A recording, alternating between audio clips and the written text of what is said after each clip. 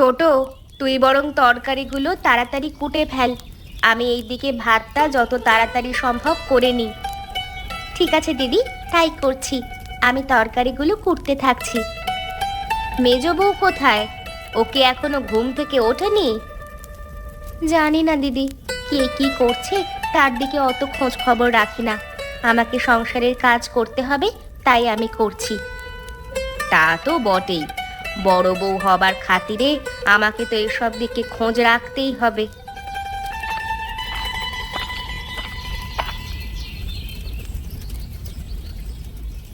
অত সব দিকে চোখ কান দেওয়ার কোনো প্রয়োজন নেই দিদি।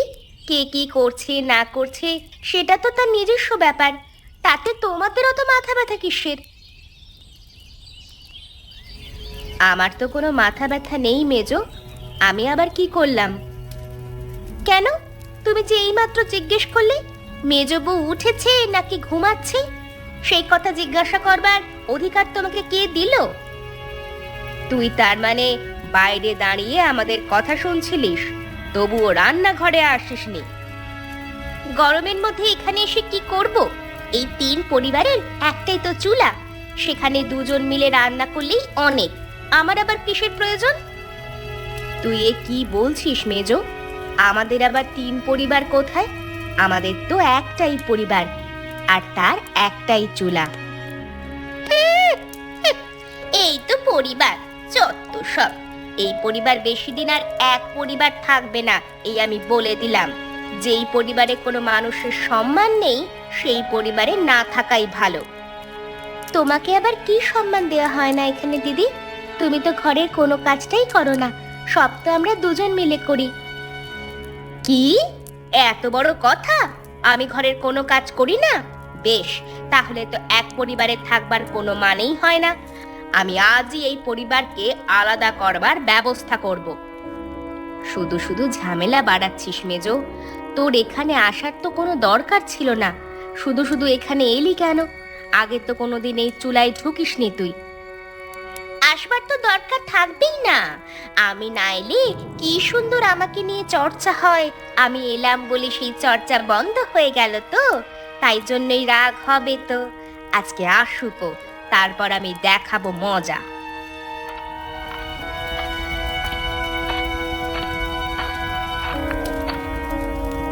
এবার কি হবে বলতো ছোট? যা হবার তা দেখা যাবে। তুমি এত ভয় পেও না তো দিদি। ও সব সময় চালাকি করবে আর ওকে ছেড়ে দেব, সেটা তো হয় না।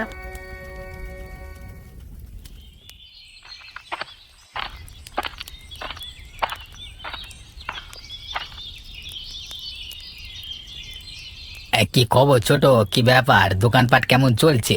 ব্যবসা ঠিক এগোচ্ছে তো? হ্যাঁ দাদা, ওই আর কি, ব্যবসা যেমন যাবার কথা তেমনই যাচ্ছে। তা দাদা, হঠাৎ করে তুমি তোমার কাজ ছেড়ে আমার কাছে চলে এলে, কিছু দরকার ছিল নাকি? দরকার তো অনেক দিন থেকে আছে, কিন্তু সেই দরকার মিটছে কই বল দেখি। হ্যাঁ দাদা, বলো না কি দরকার, দেখি আমি মেটাতে পারি কিনা। বেশ, তুই যখন জিজ্ঞেস করছিস তাহলে আমি বলছি। হ্যাঁ, আচ্ছা একটা কথা বলতো, এখনকার যুগে এই এক পরিবারে থাকতে তোর কি ভালো লাগে? ভালো লাগবে না কেন? এখনকার যুগে একান্নবর্তী পরিবারে থাকা আর কোথায় দেখা যায় বলো দেখি। আমি তো বেশ ভালোই আছি। কিন্তু আমি তো ভালো নেই, আমার ওই পরিবারে থাকতে একদম ভালো লাগে না। কিন্তু বর্দাটা না কিছুতেই। তোমার পছন্দ অপছন্দের কথা তুমি বর্দাকে বলো, বর্দা নিশ্চয়ই কোনো সমাধান বের করবে। তা বলে এক সংসারে থাকতে ভালো লাগছে না এ কথা বলো না। আরে বর্দাকে বলে লাভ নেই, ও কোনো সমাধানই করবে না। ও তো আমাদেরকে কষ্টে রাখতে ভালোবাসে। তুই এত বড় হয়ে গেলি এখনো পর্যন্ত সেটা বুঝতে পারলি না। তুমি এসব কি বলছো মেজদা? বর্দা ছোট থেকে আমাদেরকে মানুষ করেছে, আজকে এমন কথা বলছো কেন বর্দা সম্পর্কে? কেন বলছি তুই ভেবে দেখ, আমাদের পরিবারের সব থেকে বড় ব্যবসাটা কার অধীনে আছে বলতো? সেটা তো বর্দাই দেখাশোনা করে। বর্দা তো ব্যবসাটা সম্পর্কে ভালো বোঝে, তাহলে ও সেই ব্যবসাটা নিজের অধীনে নেবে না কেন বলো দেখি? আর ওখান থেকে তো আমাদের ক্ষতি কিছু হচ্ছে না। আরে চাঁদু, ক্ষতি হয় কি না হয় সেটা তুই বুঝলি কি করে? ওই সুদের কারবারি থেকে কত টাকা পরিবারে দেয় আর কত টাকা নিজের পকেটে ঢোকায়, সেই হিসেব কি তোর কাছে আছে? হ্যাঁ, হিসেব রেখে আমি করবোটা কি বলো দেখি? বর্দা তো এখনো পর্যন্ত সংসারের সব কিছুই নিজের হাতে টানে। একটা সবজির বাজার থেকে আরম্ভ করে সমস্ত কিছু বর্দাকে নিজেকেই করতে হয়। আমাদের তো আর সেখানে কোনো টাকা ঢালতে হয় না। ধ্যাৎ, তুই সারা জীবন একটা গাধাই রয়ে যাবি, তোকে বুঝিয়ে লাভ নেই। শুধু শুধু আমার সময় নষ্ট। যাই, আমি বরং এখান থেকে চলে যাই। ধ্যাৎ।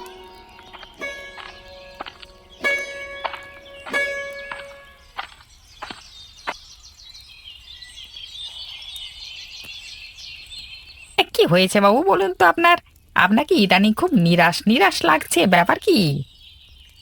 আসলে কি জানিস তো, গিন্নি চলে যাবার পর থেকে আমার আর কোনো খাবারই ঠিক মতো মুখে রোচে না।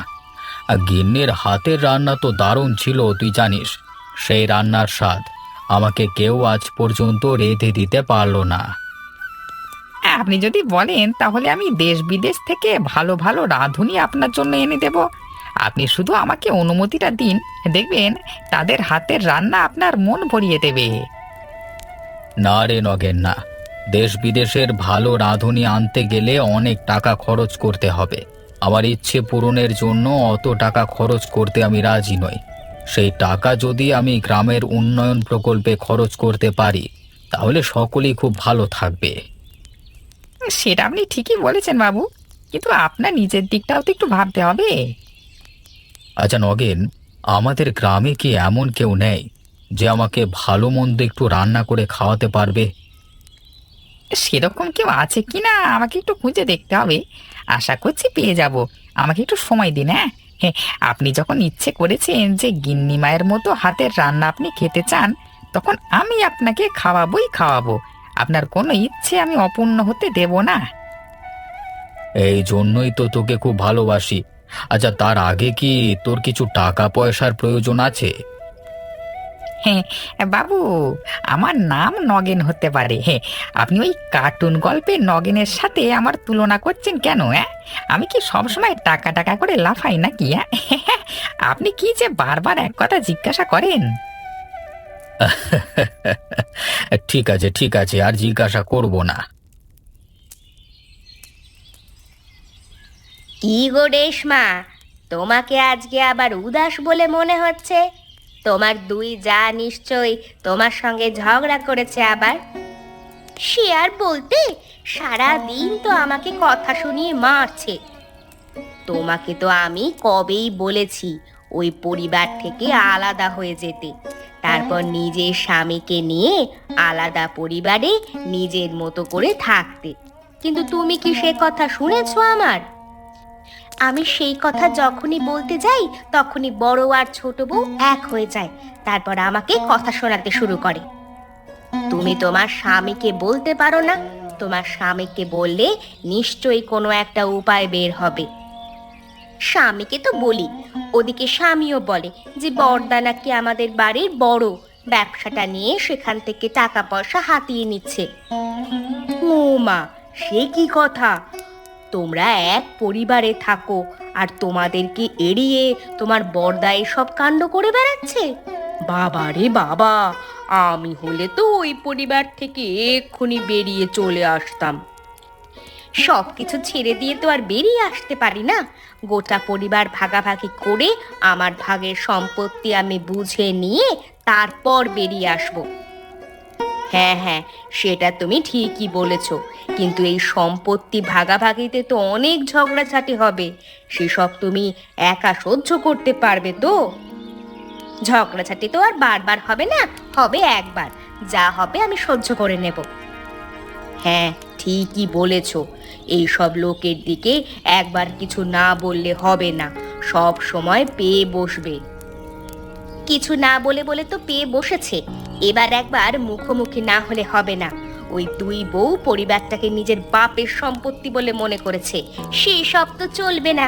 আজকে রাত্রেই একটা হেস্তনেস্ত করতে হবে।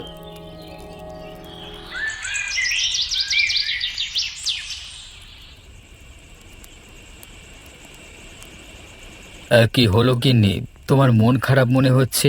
ব্যাপার কি? ব্যাপার আর তোমাকে কি বলি, আমাদের 3 বউয়ের এক পরিবারে থাকা সম্ভব নয়। এক পরিবার থেকে এক চুলায় রান্না করে আমাদের প্রত্যেক দিনই নিজেদের মধ্যে অশান্তি লেগে থাকে। আরে কি হয়েছে আমাকে খুলে বলো, কি নিয়ে অশান্তি লেগে থাকে? এই ঘরের সমস্ত কাজ আমরা 2 বউ মিলেই করি, আমি আর ছোট বউ। মেজ বউ একটা কাজও করে না, উপরন্তু আমাদের কাজের খুঁত ধরে। এইভাবে কতদিন সহ্য করা যায় বলো তো? মানুষের তো সহ্যের একটা সীমা আছে। গিন্নি, তুমি এই বাড়ির বড় বউ, তোমাকে বাকিদের তুলনায় অনেক কিছু বেশি সহ্য করতে হবে। সহ্য তো করছি গো, কিন্তু কতদিন আর সহ্য করা যায় বলো তো? মেজ বউ যদি নিজেকে পরিবর্তন না করে এবং সারা জীবন যদি এভাবেই চলতে থাকে, তাহলে তো আর পরিবারে ভালোভাবে থাকা যায় না। আমরা যদি কিছু কথা শোনাতে যাই তাহলে হিতে বিপরীত হবে। আমাদের কথা শোনানো যাবে না, তাই চুপচাপ সহ্য করে যাওয়া আমাদের কাজ। সময় হতে দাও, ওরা নিশ্চয়ই নিজেদের ভুল বুঝতে পারবে।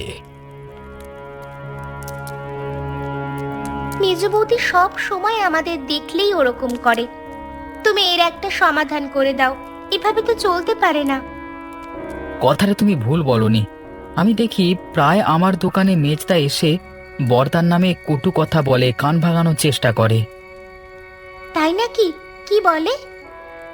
বলে দাদা নাকি আমাদের বড় ব্যবসাটা থেকে অনেক টাকা চুরি করে নিয়ে নিজের পকেটে ঢোকাচ্ছে। কি মিথ্যে কথা বলে গো! বড়দা আমাদের পরিবারের জন্য কত কি করে, আর সেই বড়দার নামে এত বড় কথা! আমি তো মেজদার কোনো কথাই কানে নিই না। নিজের কোনো কাজ নেই, সারাদিন এসে শুধু আমার কানের কাছে এসব কথা বলে আমার মনটা বিষিয়ে দেওয়ার চেষ্টা করে। আমি অনেক কষ্ট করে নিজেদের সংযত রাখি। তুমি তোমার দোকানে ওকে বসতে দাও কেন? ওরা দুজনেই সমান। মুখের ওপর তো আর চলে যেতে বলতে পারি না। আমি অনেক চেষ্টা করছি ছোটকে নিজেদের দলে টানবার, কিন্তু কিছুতেই তাকে দলে টানতে পারছি না। কিন্তু আমার যে আর এখানে ভালো লাগছে না। তুমি যত তাড়াতাড়ি সম্ভব আমাদের পরিবারটাকে আলাদা করবার ব্যবস্থা করো। আজকে তুমি একটু বেশি রেগে আছো বলে মনে হচ্ছে গিন্নি। সারা দিন ধরে অন্য লোকের কথা শুনতে তো ভালো লাগে না। 3 পরিবারের এক চুলায় আমাকে তো ওরা ঢুকতেই দেয় না। ওরা নিজেরা নিজেদের ইচ্ছে মতো কাজ করে, আর আমি কিছু বলতে গেলেই যত দোষ। না গিন্নি না, এইভাবে আর এক পরিবারে থাকা যায় না। কালকেই আমি দাদার সাথে কথা বলবো। একবার মুখোমুখি কথা বলবার প্রয়োজন আছে, জিনিসটা বড্ড বাড়াবাড়ির পর্যায়ে চলে যাচ্ছে। তোমার পেছনে ওই দুটো বউ মিলে সারাক্ষণ পড়ে আছে, এটা তো হতে পারে না। হ্যাঁ গো, তুমি অন্তত কিছু করো, না হলে তোমার ওই 2 ভাই আমাদেরকে আর বাঁচতে দেবে না।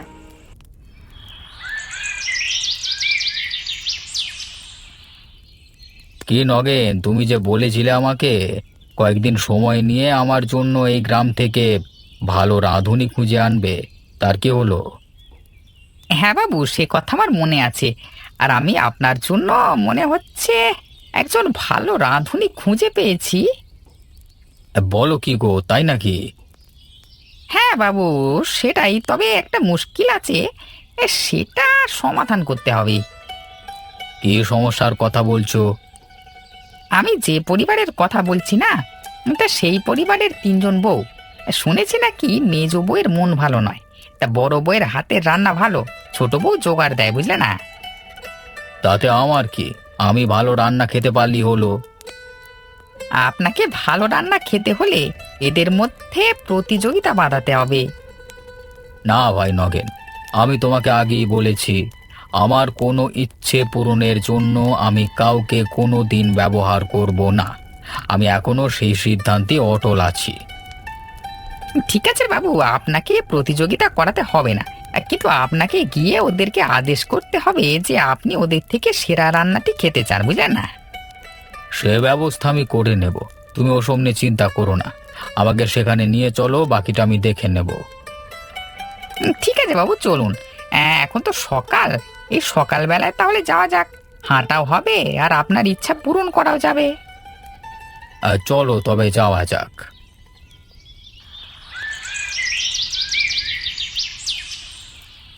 দাদা, তোমাকে আমি একটা কথা বলতে চাই। হ্যাঁ বল না, কি বলবি? আমার আর আমার স্ত্রীর এই সংসারে থাকতে ভালো লাগছে না, আমরা এখান থেকে চলে যেতে চাই। আচ্ছা, তোদের যখন এখানে থাকবার ইচ্ছে নেই, তখন আমি আর তোদেরকে আটকে কি করব বল? আমি সে কথা বলিনি। আমি তো এখান থেকে যাব বটেই, কিন্তু তার আগে এই পরিবার ভাগ করে আমি সমস্ত সম্পত্তি নিয়ে যাব। তার মানে এই পরিবার ভাগ করবি মানে? মানে আবার কি? যে পরিবারে আমার স্ত্রীর কোনো সম্মান নেই, সেই পরিবার একসাথে থেকে কোনো লাভ নেই। তুই এর সংসারে থাকতে চাস না, সেটা তোর ব্যাপার। তুই আমাদেরকে বলছিস কেন? তোর না পোষায় তুই থাকিস না। আমরা দুজনে তো এই সংসারে খুবই ভালো আছি। সে তো থাকবে বটে, তোমার গিন্নির পেছনে লাগলে না, তখন তুমি বুঝবে।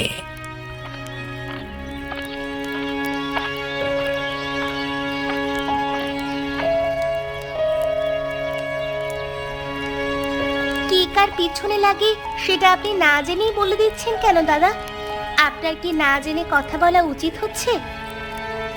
ছোট বউ, তুমি আমাদের ভাইয়ের কথার মাঝখানে কথা বলতে আসবে না। কেন আসবে না? ও তো সারাদিন ঘরেই থাকে। অতএব ঘরে কে কি করে সেটা ওর থেকে ভালো কেউ জানবে না। তোরা দুটো মাথা এক হইছিস তাহলে? হ্যাঁ বেশ, আমিও দেখে নেব তোমাদের এই দলবাজি কতদিন থাকে। ভাই, সকালবেলা মাথা গরম করিস না। কাজকর্মের অনেক অসুবিধে হবে। তোর যদি একান্তই এই পরিবারে থাকতে ইচ্ছে না করে, তাহলে তার ব্যবস্থা আমরা করে দেব। তোর ভাগের কোনো জিনিস আমরা নেব না। দাদা ঠিকই বলেছে, আমাদের কিছুই প্রয়োজন নেই তোমার জিনিস। আর তুমি সকালবেলায় এই কথাটা তুলে ঠিক করনি, বুঝলে? আমি কি ঠিক করেছি কি ভুল করেছি সেই জ্ঞান তোর কাছ থেকে শুনতে হবে? এই রমেশ, ঠিক করে কথা বল।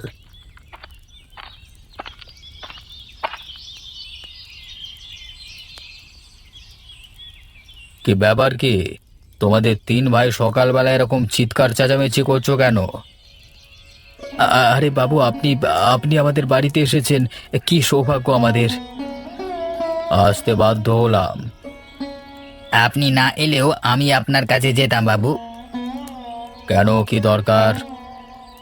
আমার আর এই পরিবারে থাকতে ভালো লাগছে না। আমি সেই কারণে এই পরিবার আলাদা করতে চাই, তাই আপনার সাহায্য চাই। ঠিক আছে, ওসব কথা পরে হবে। তুমি এখন সামনে থেকে সরো। তোমাদের তিন গিন্নিকে আমার সামনে ডাকো।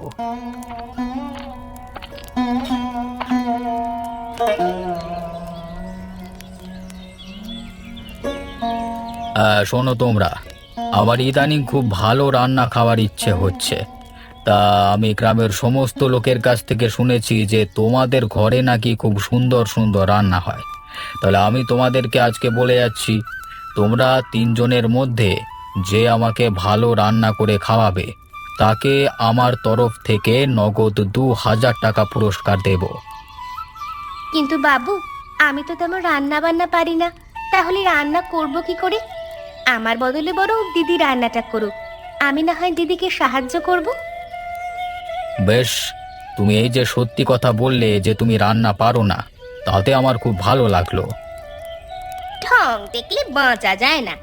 এতদিন ধরে তাহলে শিখলেটা কি? হ্যাঁ, এই কারণেই তুমি এই সংসারটা ভাঙতে চাও না, তাই না? নিজে করে খাবার তো মুরদ নেই।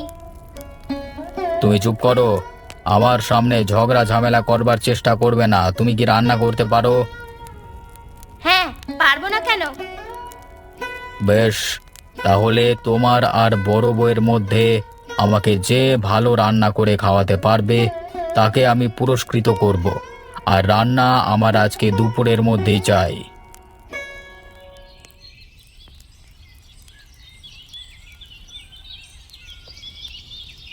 আজকে আমি আগে রান্না করব। বাবা, সত্যি আজকে দেখেও খুব ভালো লাগছে যে আমাদের তিন পরিবারের এক চুলাতে আমাদের মেজ বউ আগে রান্না করতে চলেছে। কেন দিদি, আমাকে দেখে খুব রহস্য করতে মন চাচ্ছে, তাই না?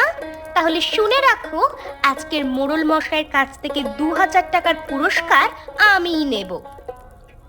আমিও তো সেটাই চাই যে তুই এই পুরস্কারটা জিতে নে।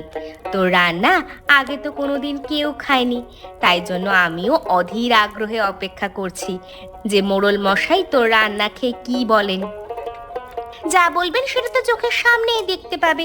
এখন বকিও না, এখান থেকে যাও। আমার রান্না শেষ হলে তারপরে এই চুলাতে তোমাদের রান্না চাপানো হবে, তার আগে নয়। ঠিক আছে, তবে তাই হবে।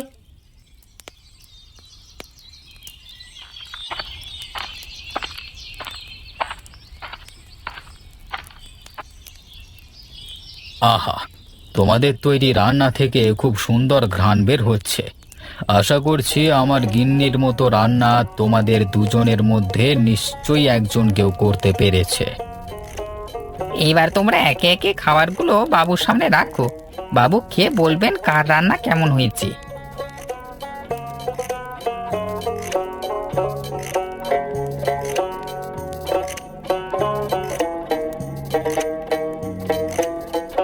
আমি দুজনের খাবার খেয়েই দেখলাম, মালতী, তোমার রান্নার মধ্যে আমার গিন্নির হাতের স্বাদ খুঁজে পেলাম, কিন্তু রেশমা, তুমিও যে খুব একটা খারাপ রান্না করেছো সেটা নয়।